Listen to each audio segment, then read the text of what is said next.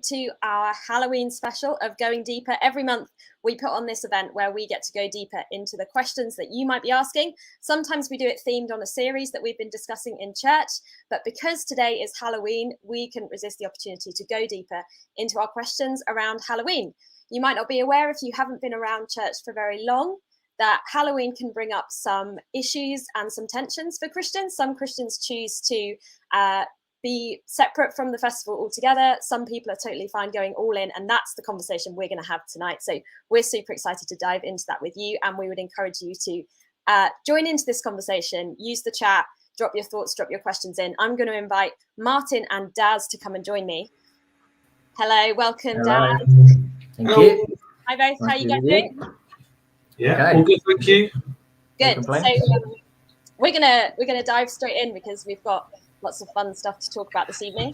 I'm particularly excited to have you both on because I think we'll have lots of parents watching tonight, and parents are the people who are going to have a lot of questions around Halloween, how best to do Halloween with their kids.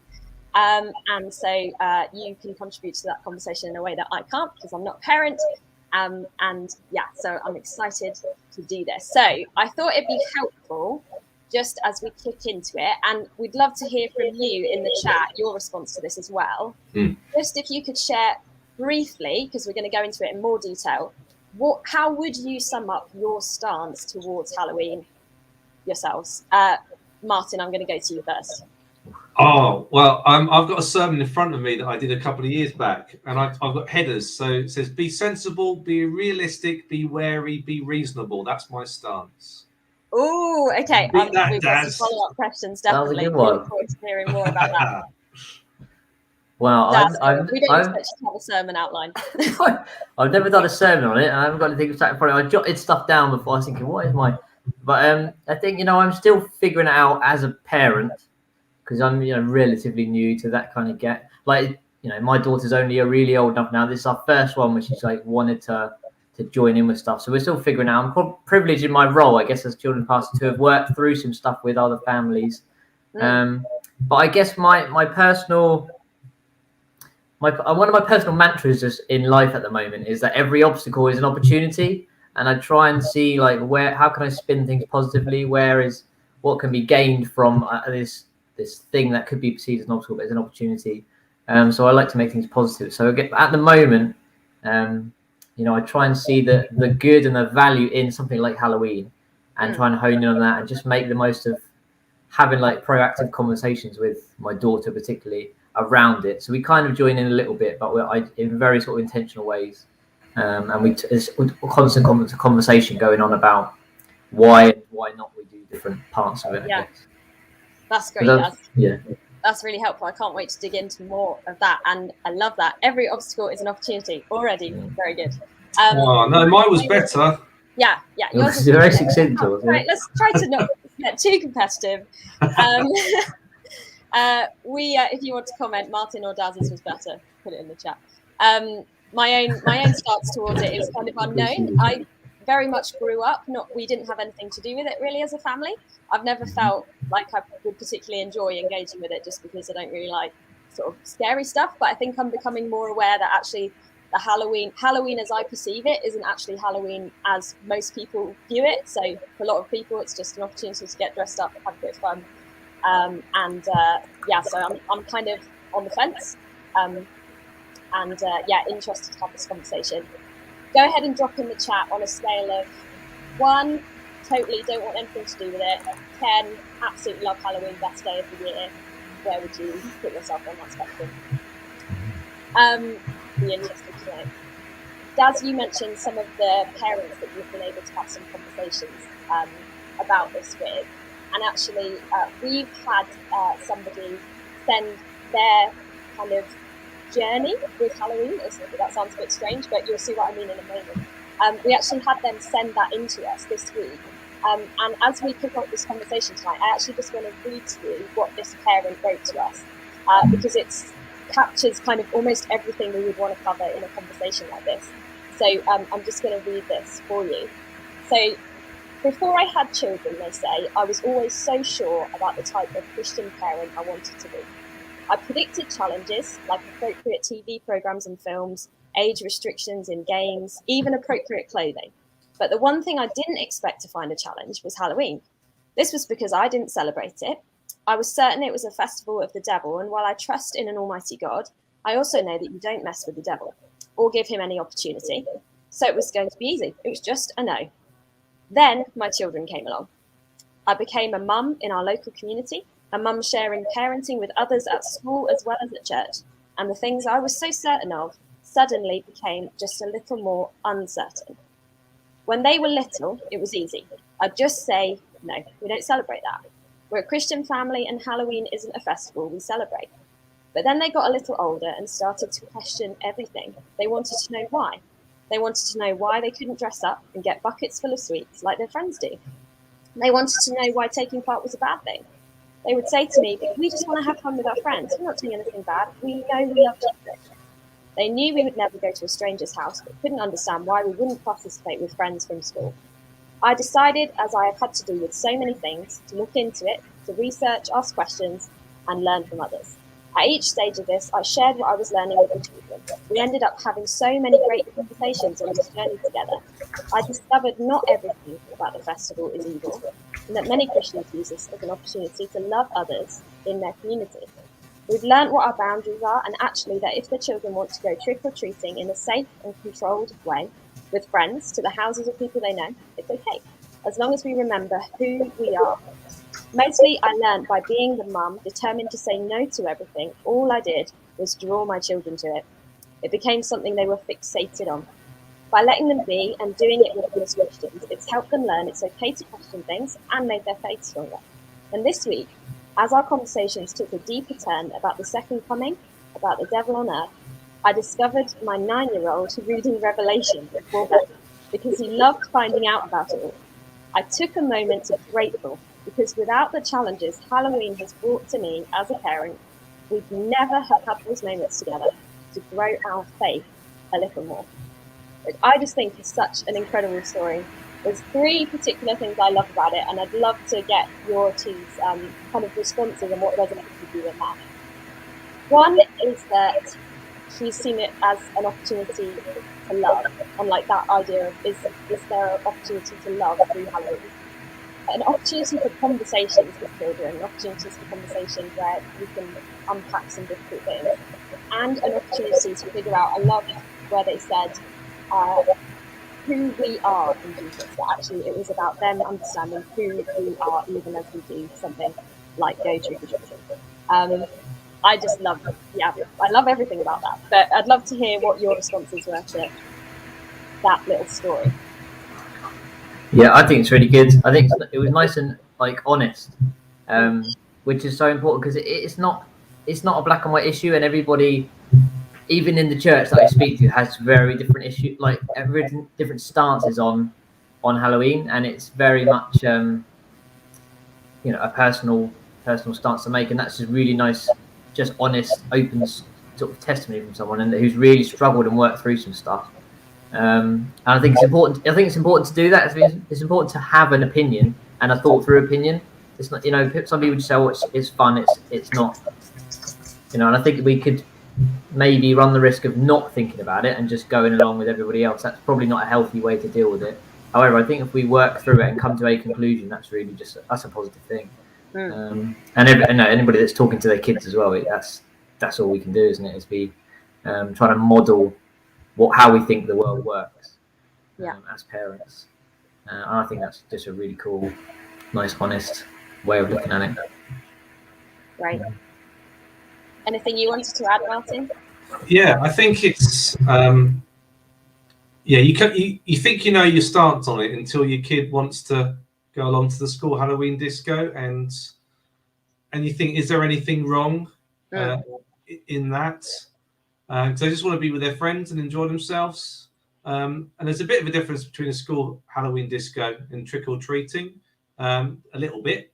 I've never done trick-or-treating. My kids haven't done trick-or-treating. It starts to raise those questions. What is the harm?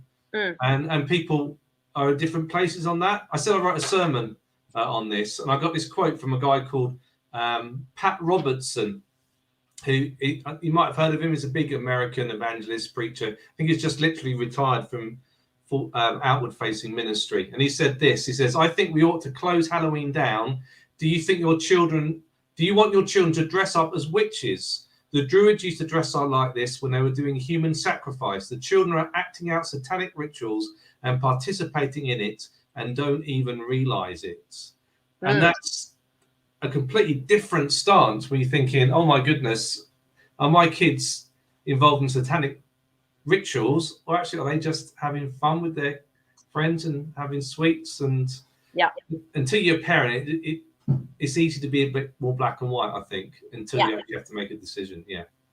So that draws out two avenues, I think, that it would be good to go down this evening. One is the kind of, one thing is the stance, but the other thing is like, what are the practicalities? You know, what do you do when your kid says, can I go trick-or-treating? Can I go to the school disco? Can I dress up like this? So we're going to talk about those practicalities, particularly as a parent, but then also this kind of, shall we call it the shadow side of Halloween, that some people have this sense that there's something darker going on because of its origins, maybe. So we're going to talk a bit about that as well. And why do we have those ideas? Do we need to be worried about them? Those sorts of things.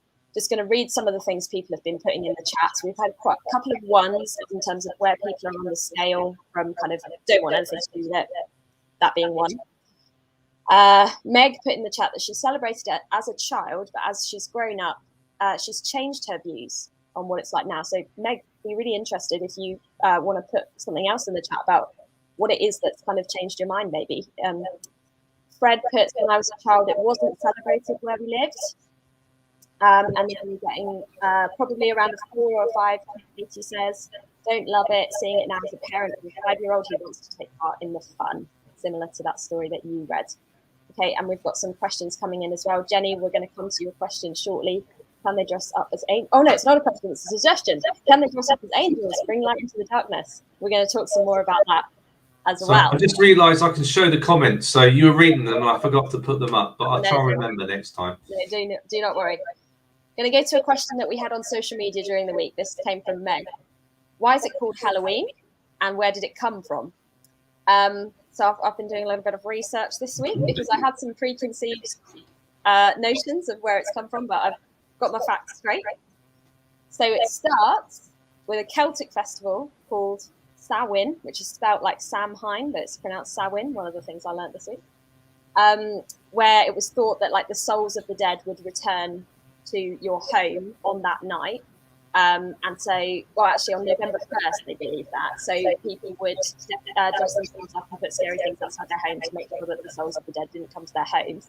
And then in the 8th century, Pope Gregory kind of took it over and claimed it as a Christian festival instead, made it All Souls Day, where they celebrated those saints, the people who had died and who were in heaven.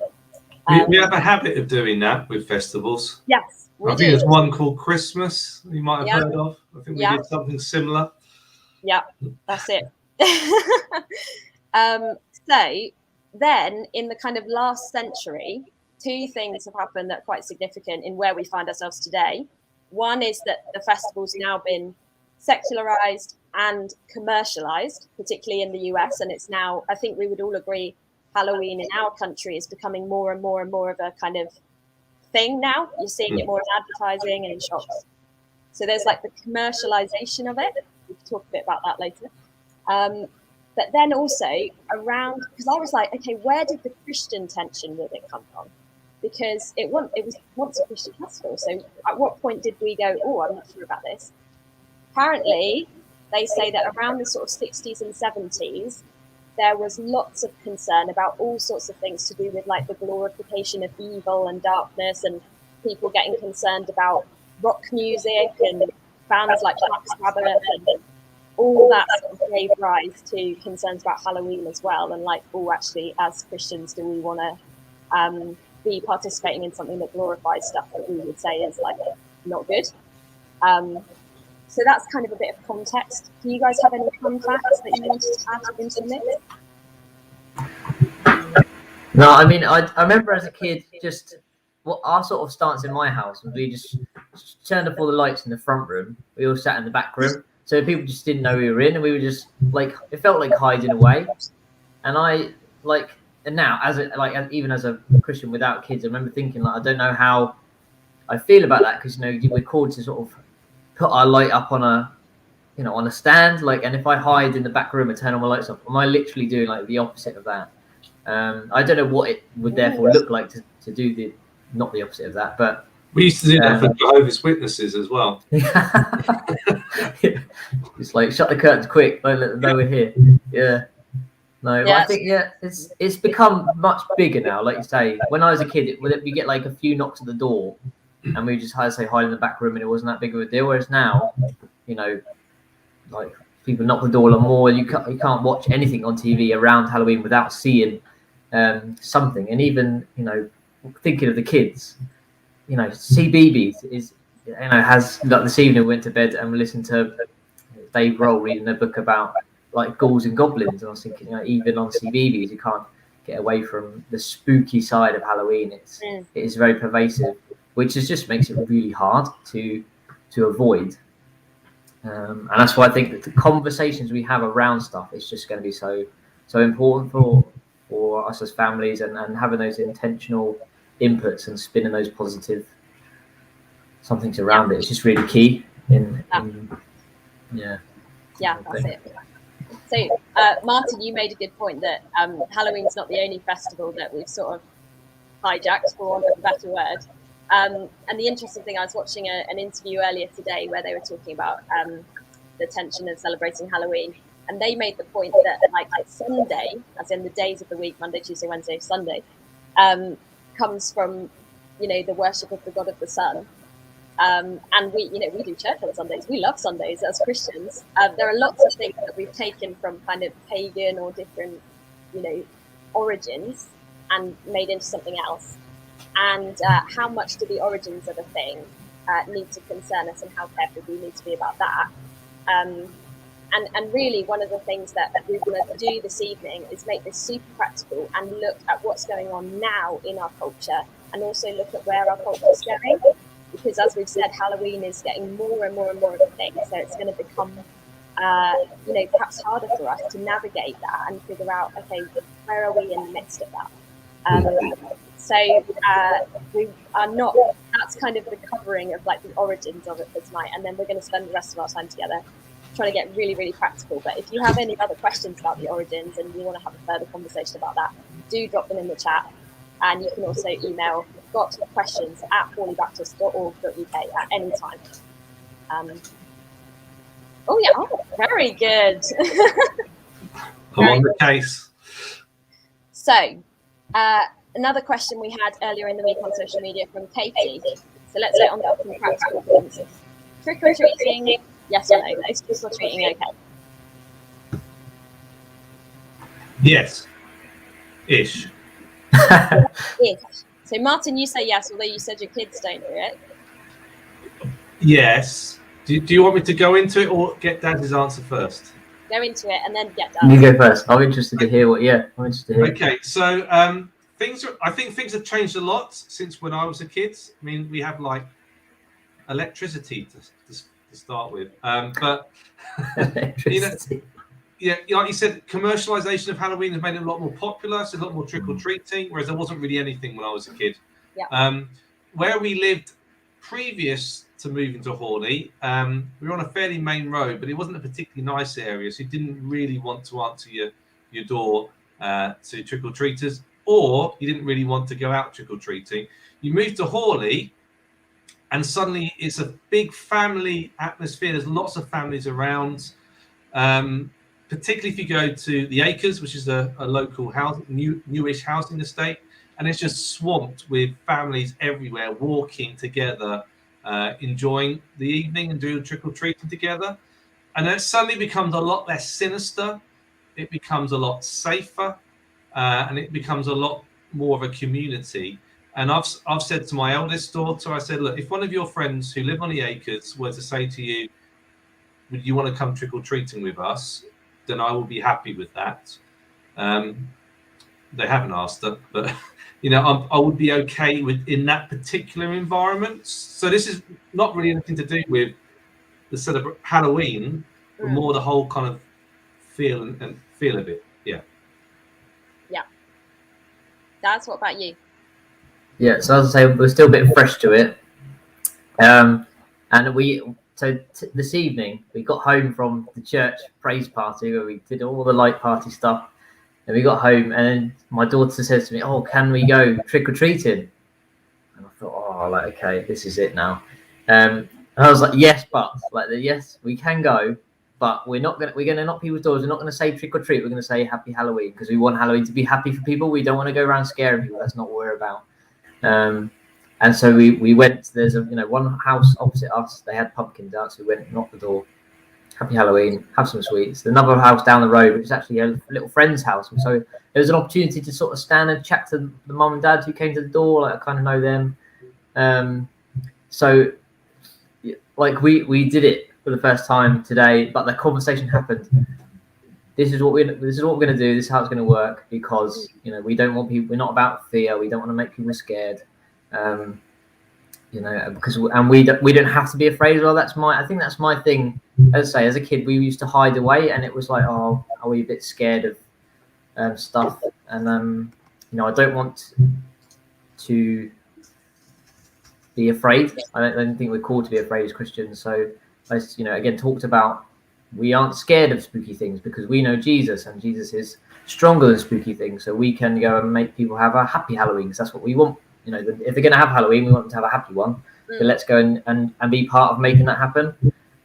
So it's so tricky. And now, as I say, she's at the age where she wants to join in. And I don't want to make it taboo because, like that person who wrote in said, like you can sort of drive kids towards stuff if you make it like, oh, this is a bit taboo and a bit exciting. They want to know more. Whereas if it's like, okay, this is something we're going to do, but we're going to do it in our way, and this is how the way it's going to work. That's how I've made it sort of. That's how I feel. I can feel comfortable in that. I guess that's what. Yeah, I think that conversation is so important. I think it's interesting. Growing up in what was a traditional Baptist church, the only time we ever spoke about spiritual things was when Halloween came along, and we only ever talked about the dark side of stuff.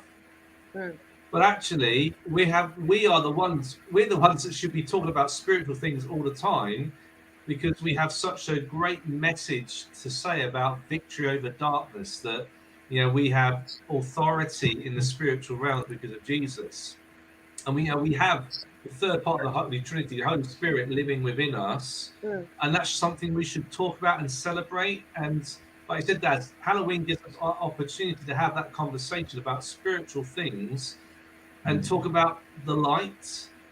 And yet, growing up, we never mentioned the Holy Spirit, except maybe in the blessing at the end of the service. And the only time we ever spoke about spiritual stuff was dark spiritual stuff, which then made it dark and scary and horrible and to keep away from it. I'm not saying we should hunt it out or anything like that, but we should be talking about the spiritual stuff all the time. So definitely something that's coming out here is it's not a great stance to just ignore and avoid. It's a great opportunity for conversation. Yes. And I love particularly the opportunity, what you were saying there, Daz, with your daughter to instill some core values and principles. So like fearlessness and the fact that we want to do good to people and we want to bless people. We don't want to frighten people. And there's an opportunity there to instill those principles. I even read earlier on today, one church was suggesting, I don't know how your kids feel about this, suggesting going around and giving gifts to people and just knocking on the door and going treat rather than trick or treat. Doing that as a fun thing to kind of turn it around a bit. But yeah, it might not be as popular as getting a lot of candy. I had an interesting conversation with another church leader, and what my suggestion would be is that maybe next year we go out to the acres, we set up like a little tea tent, and we just offer a place for people just to stop and to grab some refreshments, maybe to give some sweets, and we're just there within that community offering some positivity. And the other church leader said, but won't people think that we're supporting and encouraging Halloween? And I'm like, but I don't think that would even enter into their minds, but I'd be interested to see what people think. Is the danger of going out and doing stuff as a church or as Christians? Is it that people will think that Halloween's okay and we're supporting and encouraging it? Drop your what you think in the chat. I'm just going to pick up on a couple of things that we've Some had good in the chat comments. during that conversation. So Jenny, actually, no, further up. Yes. So Jenny said, growing up, never went trick-or-treating, but her mum would open the door and talk to the children about Jesus whilst giving sweets. So not just an opportunity there for a conversation with your own children, but They never came back.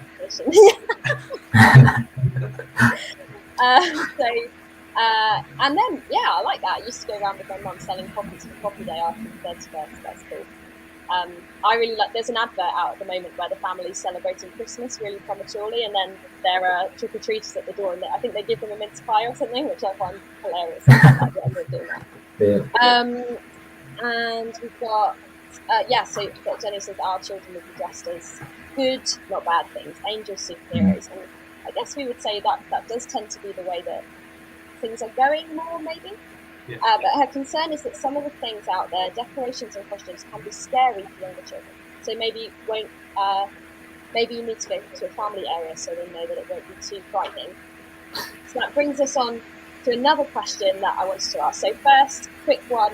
Are there costumes that you wouldn't let your child wear? I'm assuming you would have a similar policy to Jenny, hopefully, Martin, seeing as you are parenting together. Whatever Jen says, that's fine.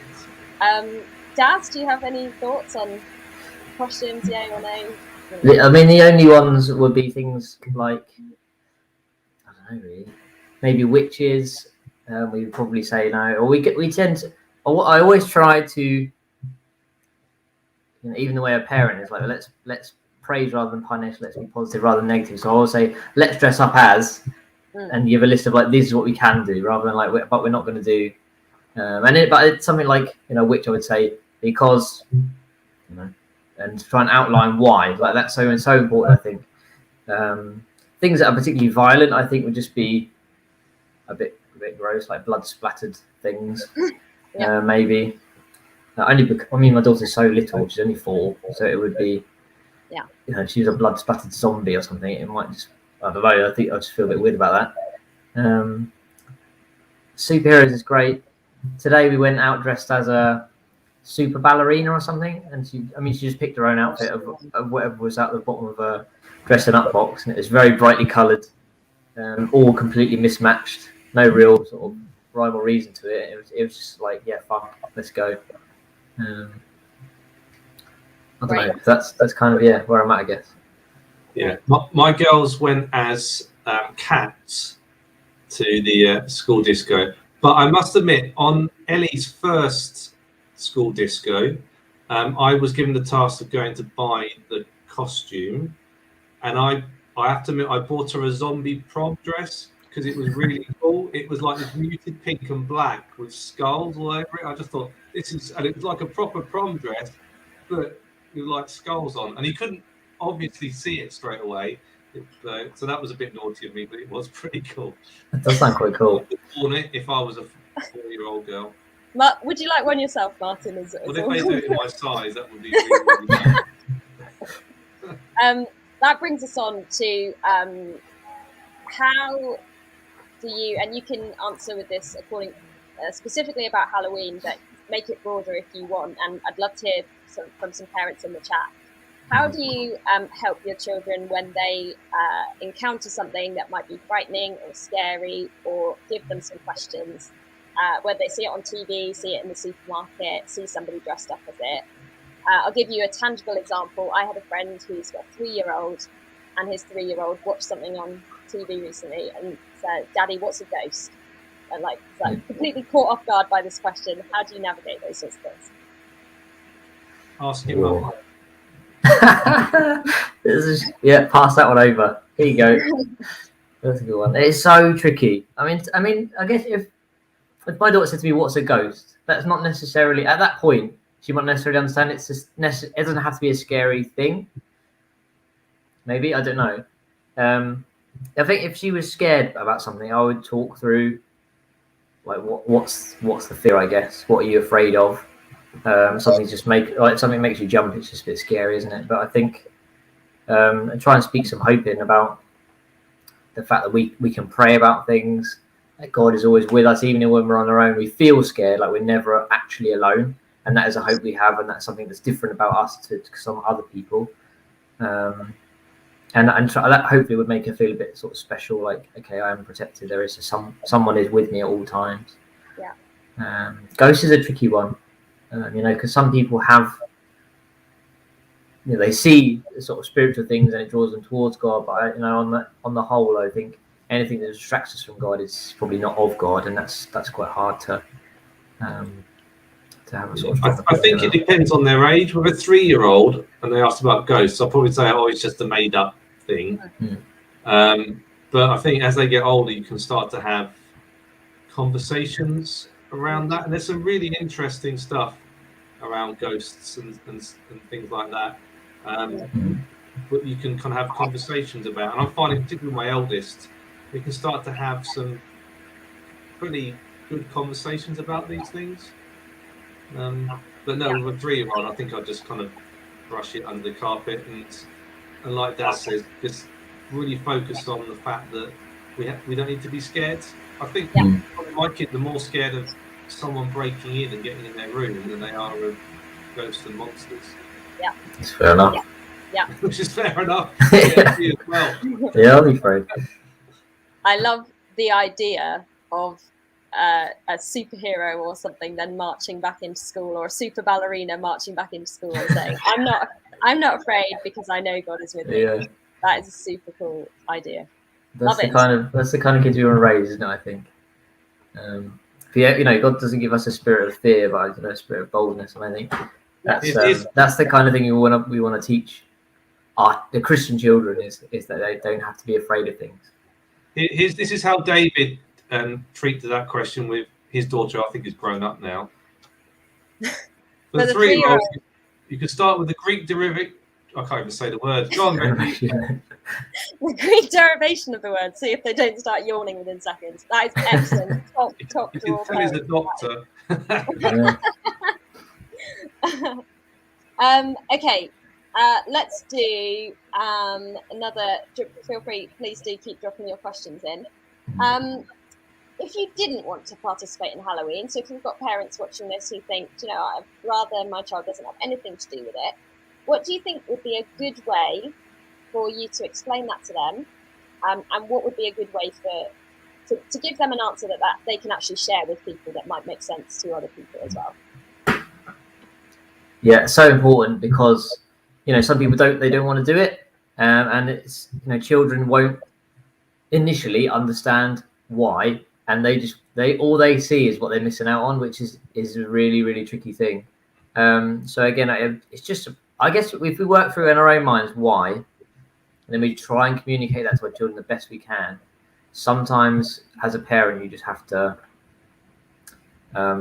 do what you feel is right, and if you explain to your children this is why we don't, and they can hopefully accept that, or just if you're staying at home, do something really fun, like just make it a really, really, really positive experience, so that if they're missing out on other things, they get the benefit of something else.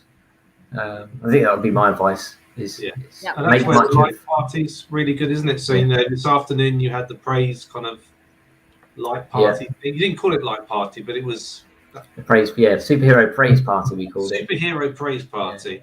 And it was, my kids came back from that really buzzing, and they had their bag of sweets, and they had the song going over and over again in their head about Jesus, you're my superhero, as did my mum who went along. And that's a really positive alternative. I know with my kids, we talk about Halloween's about darkness, but Jesus said he was the light, and we celebrate the light. And so he's kind of given that a tangible reason why, rather than just going on. So you focus on the positive, Jesus and light and good. Like you talk about happy Halloween. I find that phrase really weird. I heard it yesterday on Strictly, and I find that's like, really? But actually, maybe we should say it. That's quite a good one. But I think as a parent, you just need to, like you said, Becky, there's no good just putting under the carpet, not talking about it. Use it as a conversation, regardless of where your stance is on it, but use it as a way to talk to your kids about what we believe. Yeah, that's great. That sounds really helpful. I'm going to dig a bit deeper now, okay? Because we've got to have some provocative conversations. We've been doing a series called Live Generous, right, over the last month. Now, we've discussed a bit about kind of origins of Halloween, all that stuff. I want to talk a bit about Halloween as it is today, and specifically how, and it's not just Halloween, all our holidays now are very commercialized, aren't they? And they come with a price tag, right? Halloween comes with a price tag. I read an interesting fact today. Halloween is one of the biggest holidays for candy sales in the United States. I didn't manage to get any facts for the UK, unfortunately. Exceeding 2.5 billion annually. So apparently that was an average cost of $72 per household is spent on Halloween candy. Halloween candy and decorations and costumes each year. Okay. Is there anything that we should be careful of? And this isn't just a Halloween question, this is a Christmas question, in the commercialization of holidays, and especially, again, with kids. So advertising at Halloween is pitched towards kids, isn't it? They're actually advertising, they're trying to get kids to go, Mummy, Mummy, Mummy, I want this costume. Any thoughts on that? Any advice that you would have around that? Don't get in debt over stuff. I mean, that would be my advice. Just stick to what you can afford. Don't get sucked into, Christmas, Halloween, maybe not Easter. Well, Easter actually can become a little bit competitive, and suddenly, I've noticed, so-and-so got this many presents, or so-and-so got this many Easter eggs, and there is a the corporate machine does like plague us with adverts and different things, and I think there are festivals and celebrations, and we should it's an opportunity to have an occasion. I don't think we should shy away from, we shouldn't buy X amount, or you shouldn't spend too much money, because if you can afford it and it's going to be fun and make your life enjoyable, I don't think that's a bad thing. But if people are getting in debt or getting sucked into having, I have to spend because last year I did, those are the kinds of thoughts I'd be thinking. I don't think that's a healthy way of thinking. That would probably be the extent of my 2 pence on it. Good fun as well. Yeah, I think it's about, when we talk about being generous, it's not about whether or not we spend money on whatever festival it is, but actually, are you being generous in that? Mm-hmm. If you're buying all the trimmings for Guy Fawkes, for example, that's happening just around the corner. I think that's there's definitely been overtaken by Halloween. Some shops are no longer selling fireworks for environmental reasons. But a part of that is about having people round and enjoying things and using what you have. Like Dad says, if you've got the money, it's not a problem spending it. But is that all for yourself? Or are you going to encourage other people, invite people in, share food with them, have a good time, and live generous? That's good. That's helpful. All right, this quick fire question on that topic, and then we'll move on back to a more specific Halloween one. What do you think would bother Jesus more, Halloween in our culture today? Halloween or Black Friday? Oh, that's a good one. What would bother him more? Well, he talks a lot more about money than pretty much anything else, I think. Correct me if I'm wrong, because I probably am. He certainly had a lot to do with that. Do you want to unpick the reasons behind that question? What's wrong with Black Friday? I asked the question because it's not something we bat an eye. In the church we wouldn't bat an eyelid. We don't put on parties. Like, I don't know what the equivalent. Light Friday. White parties. Yeah, white parties. No, that wouldn't sound good at all. But Jesus, as you say, spoke a lot about money. Black Friday is very much about buying really what you don't need, buying more of it, picking up on all the deals, which is fantastic. But Tessa, better to give to others rather than waste money on oneself. That's what we've been talking about a lot this series. I prefer wasting it on myself personally. I guess it's interesting. I guess the reason I asked that question is it's interesting the weight that we give to certain things without actually asking, like, what were the things that Jesus prioritized, and some things we might just go along with because nobody in the church has ever made us question, should I run to the Black Friday sales? But we might experience tension around Halloween because we've inherited that tension. Yeah. But actually, might there be, I'm not saying like let's shun Black Friday, but it's just interesting to like put it on a level together and go, okay, these are the reasons I have a problem with that, and yet Jesus was really, really clear, like, don't get sucked into money and stuff, and we're not batting an eyelid. Yeah, it's where possibly as a church we're not keeping up the culture around us, and Halloween's become a family event and we're getting all hot under the collar about it, whereas commercialism and Black Friday's becoming a massive thing, and we haven't bat an eyelid. We haven't mentioned it at all, and it's like, well, wait a minute, we've got to really look at the culture we're in and respond to that rather than being stuck in the 60s, as you were talking about where the issues arose, and we're still responding to a culture from 60 years ago. I mean, it's a long time ago. Great point. Yeah. Great point. Sheila's put in the chat, I always encourage my sons to reflect about their wants and needs and to think of others who are not as privileged as they are. That's awesome. Katie, same as Sheila. Children can definitely be selfish at times, so we often remind how much they have compared with lots of others. That's great. Love it. Right, should we do a couple more quick fire? Ready? Is there a right or a wrong way to decorate a pumpkin? Or carve a pumpkin? I would encourage my kids to go for positive things, maybe a cross in there, not a skull, a cross. But a nice method of execution. It's got to look good. I saw some really cool ones when we went out today. There was one that had like Iron Man's face. That was like really cool. That was definitely a right one. There was just some really like cool, those like Starry Night scene on one. I was like, this is like, some people are really creative, and I think that's amazing. On a pumpkin, like, it's bonkers. I did a happy one. My daughter was determined to do a spooky face, and I allowed her to. But mine was like I had the biggest one. And I was like a big happy face on ours. Love it. Our pumpkin's still sitting on the side, untouched.